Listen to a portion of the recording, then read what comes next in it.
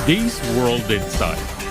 As China embarks on the nation's 15th five-year plan, the door to advances in artificial intelligence swings wide open. What are the strengths of China's high-tech space that can push growth? What are the top AI applications to focus on? In tonight's panel, Zheng Yi, Professor of Artificial Intelligence at the Chinese Academy of Sciences; Winston Ma, an adjunct professor at New York University who's also the co-founder of Dragon AI; Guy Kaka, a professor of cyberspace science and technology at the Beijing Institute of Technology; and Ammar Yunus, an AI governance, tech law, and compliance advisor.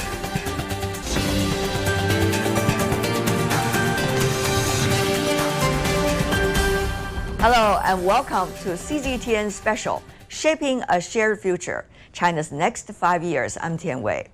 This week, the fourth plenary session of the 20th Central Committee of the Communist Party of China has convened. Up on the agenda is China's 15th five-year plan for socio-economic development, charting the nation's course over the next 5 years. As the 14th five-year plan draws to a close, the door opens wide for artificial intelligence, or AI, now a core part of China's new quality productive forces. According to the communique, China should achieve greater self-reliance and strength in science and technology and steer the development of new quality productive forces. So how could China's advancement in AI push sustainable growth in the next 5 years? And how will China work with the rest of the world so that the technology will not only be a technology, but rather benefit everyone? Time to hear from our panelists. The fourth plenum of the 20th CPC Central Committee just concluded. So we understand artificial intelligence, Mr. Zheng, is a very important component in terms of China's technological lead and also in terms of China's role in global governance. Tell us more how China has been doing over the past 5 years. Well, I think in the first place, let's see why we think artificial intelligence is kind of a new quality productive force. So the new part is actually when you are providing an infrastructure for the economy, it's an information processing tool like in ICT. But AI is a lot different. AI has the capability of learning, of reasoning, that you never expect from other kind of productive force. So in the first place, it is really a new quality productive force. Well, on the other side, I would say China actually treat AI as an infrastructure to power up the future economy. It's not only a technology, it's an information processing tool with more added value from the intelligence side for the society, for the development of the future society. Right. We see a lot of entrepreneurs are jumping on it, on the tide already. Winston, you are one of them, I should say. So how artificial intelligence is likely to be still the engine for the Chinese economy, at least as an entrepreneur, you really believe in it? Yes, very much so. I think the generative AI revolution right now creates a new critical inflection point for the transformation of China's economic model going forward. And I will compare this with two similar timing points.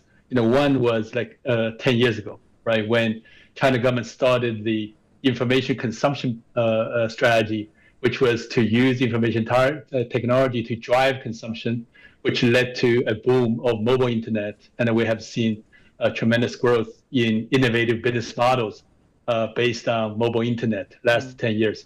But now AI is a much more powerful new technology to change every sectors, every industries. So this is a very good comparison. And another good comparison would be to 2020, the beginning of the previous five-year plan, when China made data a new production factor, made data an equal production factor like capital and land. And Ammar, you've been in China in and out. So how do you see the global south in a way is articulating and digesting the fact that China is now working so well, shall I say, and also being a leader in artificial intelligence just within a few years' time? Yeah, the AI is working differently in different parts of the world. When it comes to the global south, countries like Asia, Africa, and Latin America, they are reaping the benefits of AI and looking forward towards developed countries to help them. For them, AI tool coming from China or from other part of the world are not just some abstract concepts. They are using them for daily uses and to solve their daily problems. And China has been very helpful. So there are different perspectives. For example, most of the time in the West, when China contributes to the development of some of the developing countries, it is considered as a skepticism. And on the other side, something that it is their strategic move or some sort of soft power. But regardless of the political interpretations or manifestation, the impact on developing country is very real, and they are very thankful to the China. The DeepSeek moment, that has been the time when everybody has been talking about how China has finally emerged as a leader in artificial intelligence and how that has, Mr. Zheng, transformed the overall picture of how artificial intelligence will be tapped by every stakeholder in the world. So tell me, how is that transformation time likely to shape the next stage of artificial intelligence development? I would say from the technology side that DeepSeek speak many truths. So before DeepSeek, so the larger scale AI companies said that it's only us who can do this because you don't have the computing technology, you don't have that much data. But DeepSeek shows that maybe you don't need that energy very large scale computing facility to support that kind of computation. And maybe the price of the service can also be reduced. This is not only truth, but also the future, that AI could be like electricity, could be like water that everybody needs, and it can go where they need as an infrastructure which you can afford. I think this is really important, especially for the low and middle income countries. It's not really that only for the rich, and also AI is devoted. I think as a technology, it should be devoted to bridge the digital gap, not to create a new one. Right. And I think in the DeepSeek story is a starting point. Right. The DeepSeek moment has been very much talked about, but still today people want to know what is really behind that moment. So, Keke, can you tell us, as a Chinese tech scholar, how that moment happened? Now, in retrospect, still today, what it could mean for us for the next stage of artificial intelligence development, not just here, but also in the rest of the world? Well, I think there are many aspects. First of all, for the technology advancements, we need like a government support. We actually have received like numerous policy support from the government, like both in R&D and in the industry. Second, in China, we actually have a great market demand. We are currently in the phase of industrial transformation. So everyone is exploring like a new paradigm enabled by new technologies. But the challenging thing is that for technicians or technical people, sometimes it's not easy for them to understand the real need. So there's still a gap which requires time to fix it. Third, I think there's a success for our talent development, which is very important because like in AI field, I think professionals, the number of professionals is one of the key factors that can impact on the development of the technology. China has a vast pool of AI professionals with extensive data and comprehensive talent development system, and we are still working on improving the system. So I think this is the basis of for future development to make sure that the technology can be successfully developed. So this ensures the stable development of AI technology in China and its ecosystem. Finally, I think the contributions of Chinese scientific researchers to AI is also crucial. We all know that the number of patents and academic publications are ranked in the one of the top countries in the world, especially for patents. So I think all of this can imply that actually for next generation of the AI technology, we need to combine like a variety of impact factors. I see. 515 million Chinese are using generative artificial intelligence. Yeah. That is the latest number. Now, Emar, you've been in China and working on the AI field. What is your observation of how AI is penetrating into different fields and different industries in China? As the previous scholars already mentioned that AI is everywhere, and Professor Zheng eloquently mentioned that AI can be the future electricity. So I think that AI has this revolutionary power. What is exciting about China is that China is moving from a speed-based growth to what I called as innovation growth, and AI is the center of that shift. It shows that AI is no longer just related to a single industry, but it is the foundation of new productive forces like building nexus between different technologies, economies, and governance framework, as well as providing a room for the private sector. And these 5 million people belong to that, I think. What important is here is the balance which China is trying to create.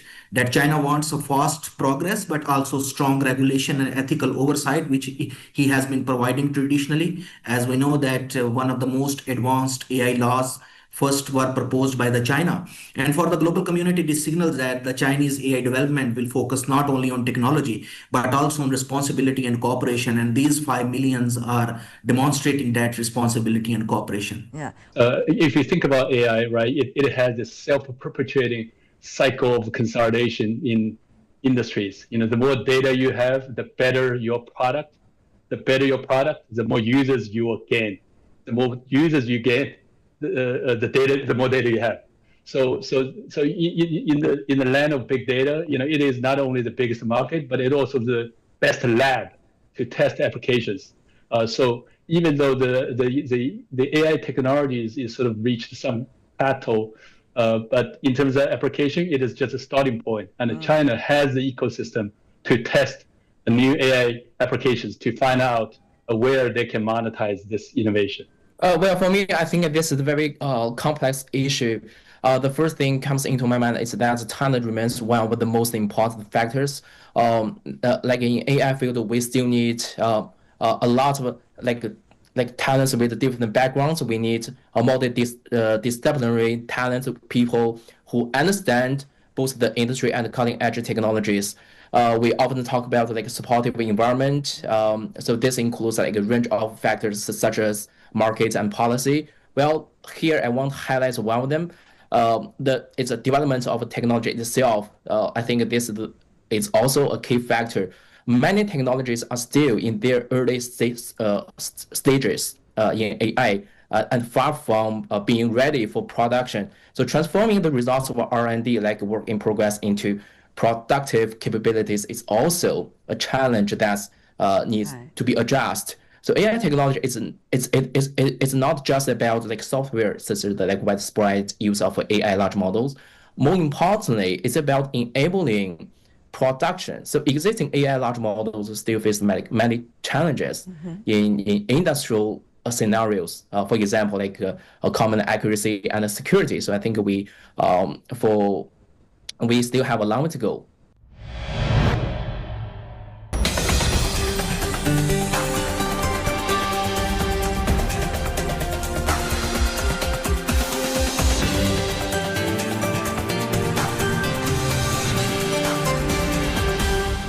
For China, Ke, I go back to you about the choice to be made in the next 5 years.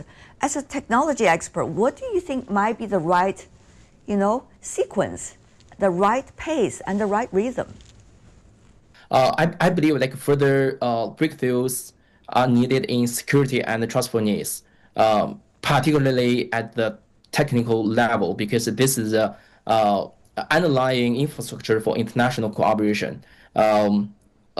Moreover, we are also continuously working to promote the development of an international standard system. I think this is also very important because this is also a foundation for international cooperation for future technology development. Yi, would you like to also share with us your thoughts? The key next 5 years. Yeah, the key point is actually we cannot do it in a rush because AI is not really a matured technology that can be deployed everywhere. We don't need wild growth. We need steady development. Well, on the other side, like you said, also the geopolitical tensions.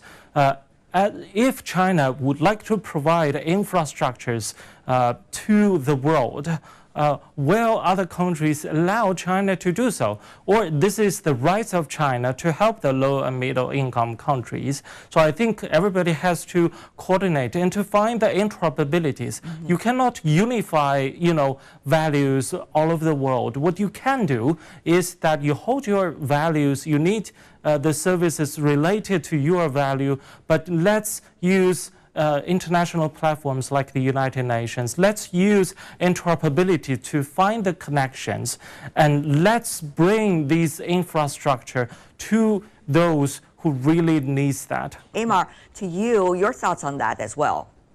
Innovation should be on one side and the regulations and guidelines for themselves, and the strategy to disseminate it with the smaller countries on the other side is perfectly being balanced. And we are not just thinking about ourselves, but also we want every voice to be heard. On the other side, the international organizations such as UN, regional organizations, and the individual countries can also contribute to this by providing a platform for smaller countries so that their voices could be heard. And China might take a lead because China has a good experience with Belt and Road Initiative. As we know that it initially started as an infrastructure development program, but then it shifted to the capacity building. What is interesting about Chinese approach to AI is that since its beginning, China is actually trying to include everyone. So China is emphasizing on the capacity building of AI when it comes to sharing the knowledge with the other countries. Winston, your thoughts? Yeah, thinking about these emerging markets, especially they are constrained by resources. China is providing interesting partnership for them, right? Because first, from algorithm perspective, China is leading the open source AI models wave. Indeed. Chinese tech companies have made lots of AI models, similar performance to the US counterparts, but free and open source to the world. Secondly, as mentioned, China's Digital Silk Road initiative, right, which is the digital aspect of the Belt and Road, means that China is also helping emerging markets building up their data infrastructure for this AI wave. And finally, you also need energy to go through high performance computing, and the DeepSeek type of applications designed for more efficiency in computing, or Huawei type of solution, using normal chips, but using connectivity technologies to make a group of chips to perform similarly or even better than NVIDIA chips collectively, are also useful solutions, right, for the poorer countries that have less resources. When investors try to throw in their potential into projects, for the A round, it might be easy just to talk about the concept. For the B round, though, they want to have the idea of how cash will be earned. So where will be the cash cow? How it will be sustainable on its own financially. So on most of the AI application projects, do you see that is already happening in China? How much do you think the money engine will still pump in further before that happens? In terms of the cash cow startups that you're looking for, I think at the very beginning, probably we will first see from the 2B sectors, then the 2C sectors. In the 2B sectors, you have a very stable customer, and if you have a good product market match, the enterprises will pay for it. And so these days, what we have seen in terms of the successful startups going into B round or C round to make a larger amount of new round of financing are typically to be AI startups that provide AI solutions for enterprises. They can show they have big customers and stable revenue income, such that bigger check to facilitate their next phase growth.